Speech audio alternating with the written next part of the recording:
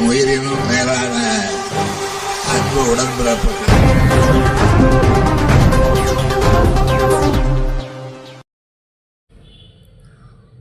மாற்றுத்திறனாளிகளுக்கு உதவும் முதல்வருக்கு மாற்றுத்திறனாளிகள் பக்கபலமாய் இருக்க வேண்டும். கேட்கும் இடத்தில் இருந்த மாற்றுத்திறனாளிகளை இன்று கொடுக்கும் அதிகாரத்துக்கு வரவழைத்து அமர்த்தியது திமுக தான். சென்னை பகுதியில் நடைபெற்ற மாற்றுத்திறனாளிகள் நலத்திட்ட உதவிகள் வழங்கும் நிகழ்ச்சியில் துணை முதல்வர் உதயநிதி ஸ்டாலின் பெருமிதம். சென்னை புதுவண்ணாரப்பேட்டை தங்கம் மாளிகையில் CBCL நிறுவனத்தின் CSR நிதியிலிருந்து வடசென்னை வளர்ச்சி திட்டத்திற்கு பயன்படுத்தப்பட்ட சுமார் 5 கோடி ரூபாய் காசோலை மற்றும் சேப்பாக்கம் தொகுதிக்கு கழிவுநீர் வெளியேற்றும் 2 நவீன வாகனங்கள், 300 மாற்றுத்திறனாளிகளுக்கு 60 லட்சம் ரூபாய் செலவு உபகரணங்களானது துணை முதல்வர் உதயநிதி ஸ்டாலின் முன்னிலையில் வழங்கப்பட்டது.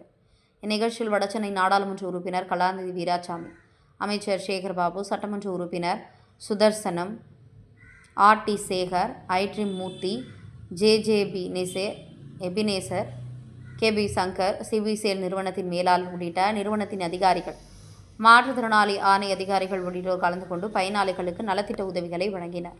வடசென்னை நாடாளுமன்ற உறுப்பினர் கலாநிதி வீராசாமி வேறுபாட்டு சென்னை பெட்ரோலியம் கார்ப்பரேஷன் CTCL நிறுவனத்தின் CSR நிதியிலிருந்து பேட்டரி வீல் சேர், மாற்றுத்திறனாளி ஊற்றுகோல், பார்வையற்றோருக்கான ஊன்றுகோல், காது கேட்காதவர்களுக்கு காது கேட்கும் இயந்திரம் உள்ளிட்ட உபகரணங்கள் வழங்கப்பட்டது.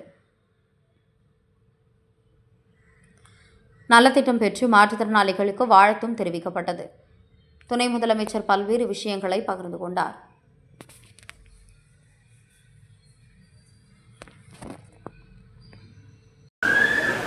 நம்முடைய மாண்புமிகு நாடாளுமன்ற உறுப்பினர் சகோதரர் கலாநிதி வீராசாமியுடைய ஏற்பாட்டில் இன்றைய தினம் கிட்டத்தட்ட 75 லட்சம் ரூபாய் மதிப்பீட்டில் 300 மாற்றுத்திறனாளிகளுக்கு நலத்திட்ட வழங்குகின்ற நிகழ்ச்சியில் கலந்து கொண்டு உங்களை எல்லாம் நேரில் சந்திப்பது நான் மிகுந்த மகிழ்ச்சி அடைகின்றேன், பெருமை அடைகின்றேன்.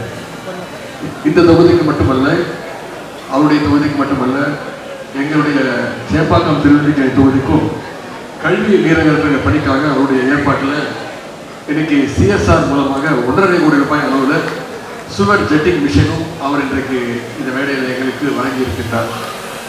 வடசென்னை பகுதி மக்களுடைய மேம்பாட்டுக்காக ரூபாய் 5 கோடி CSR மூலமாக சென்னை மாநகராட்சிக்கு இன்றைக்கு அளித்திருக்கின்றார். இதற்காக உங்கள் அனைவரின் சார்பாகவும் வடசென்னை சார்பாகவும் சேப்பாக்கம் திருவல்லிக்கணி தொகுதி சட்டமன்ற உறுப்பினராகவும் உங்களுடைய நாடாளுமன்ற உறுப்பினர் திரு சகோதரர் கலாநிதி வீராசாமி அவர்களுக்கு என்னுடைய பாராட்டுகள், வாழ்த்துக்களை நான் தெரிவித்துக் கொள்கிறேன்.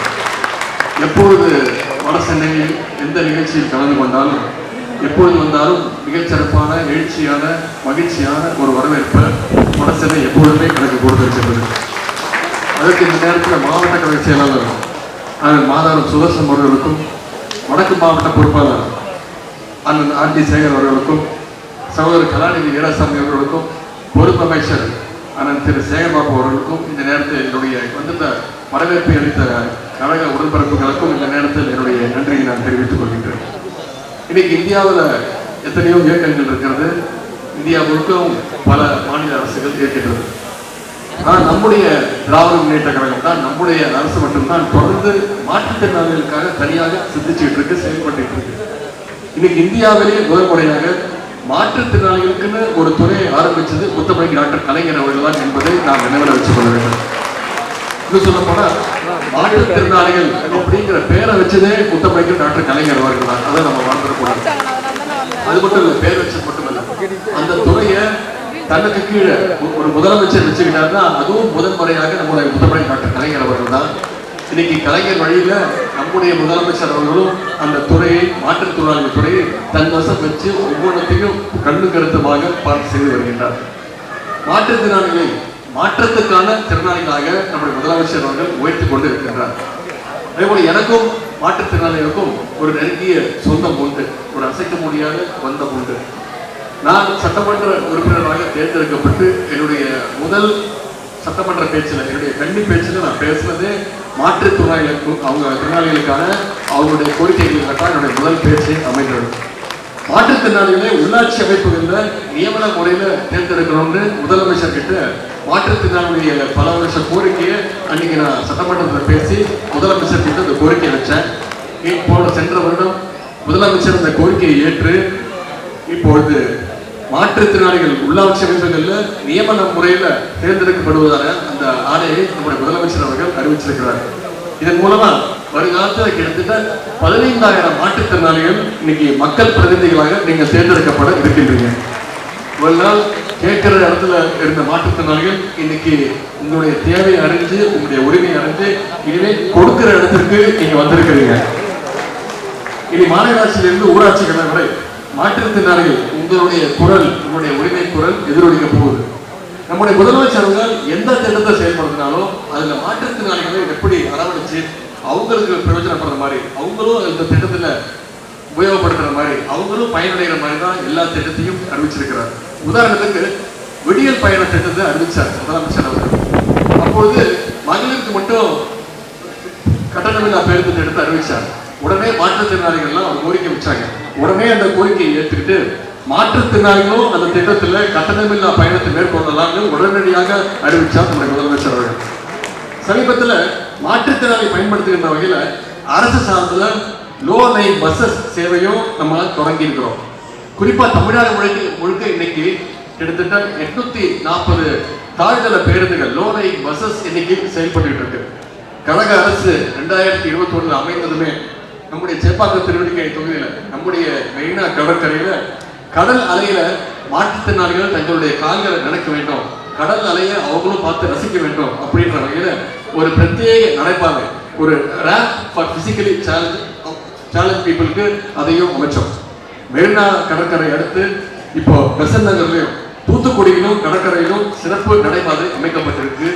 விரைவில் திருவான்மியூர், வேளாங்கண்ணி போன்ற கடற்கரையிலும் இதே மாதிரி நடைபாதைகளை அமைக்க இருக்கின்றோம். அதே மாதிரி சமீபத்தில் தொடங்கப்பட்ட தாயுமானவர் திட்டம் மூலம் மூத்த குடிமக்கள் மாற்றுத்திறனாளிகளுடைய வீடுகளுக்கே சென்று அவங்க ரேஷன் பொருட்களை நம்முடைய முதலமைச்சர் அவர்கள் கொடுக்கிறதுக்கு உத்தரவிட்டிருக்கிறாங்க. அதே மாதிரி விருதுகள் என்ற திட்டத்தின் மூலம் உடல்நல பரிசோதனை மற்றும் சிகிச்சைகளும் மாற்றுத்திறனாளிகளுக்கு இலவசமாக வழங்கப்படுகிறது. முக்கியமா மாற்றுத்திறனாளிகளுக்கான அந்த பராமரிப்பு தொகை முன்பிருந்த ஆட்சியில் 1000 ரூபாய் இருந்தது. நம்முடைய அரசு பொறுப்பேற்றதும் அதை முதலமைச்சர் 2000 ரூபாயாக உயர்த்தி கொடுத்தார்கள். அது மட்டும் இல்ல, மாற்றுத்திறனாளி மாணவர்களுக்கு பள்ளி கல்வி முதல் கல்லூரி வரை, முதுகலை, ஆராய்ச்சி படிப்பு வரை அந்த படிப்புக்கு ஏற்ப 2000 முதல் 1 லட்சம் ரூபாய் வரை கல்வி உதவித் தொகையை நம்முடைய திராவிட மாடல் அரசு வழங்கி வருகின்றது.